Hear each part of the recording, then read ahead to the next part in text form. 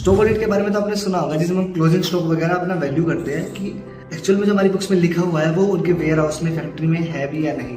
पर क्या आपको पता है, एक छोटे से स्टॉक टाइप का ऑडिट होता है जो होता है हमारा क्लेम का ऑडिट। स्पेसिफिक ये फूड आइटम्स में ही होता है। जैसे कि मान लो एक एक्स कंपनी है, वो एक वाई डिस्ट्रीब्यूटर को हमारे गुड्स सेल कर रही है, मान लो आटा सेल कर रही है।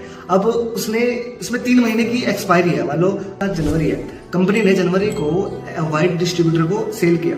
3 महीने के अंदर मान लो उन्होंने 50 सेल किए थे, 50 पैकेट, पर उन्होंने 30 बेच दिए, 20 उन्होंने नहीं बेचे। तो इसमें क्या करती है कंपनी, उनको इंश्योरेंस क्लेम देती है कि भाई कोई बात नहीं, अगर तुमसे ये नहीं बिका रहा तो जितने भी ये 20 पीसेज है ना जो एक्सपायर्ड हो चुके हैं, उनका हम आपको क्लेम दे देंगे, पूरा पैसा वापस कर देंगे। अब इसमें एक रोल आता है सीए का। मतलब डिस्ट्रीब्यूटर बोल रहा है कि भाई हमारे पास 20 नहीं 30 पीसेज है, कंपनी कैसे बिलीव करे कि उनके पास 30 पैकेट आटे के हैं। तो इसमें रोल आता है हमारे सीए का।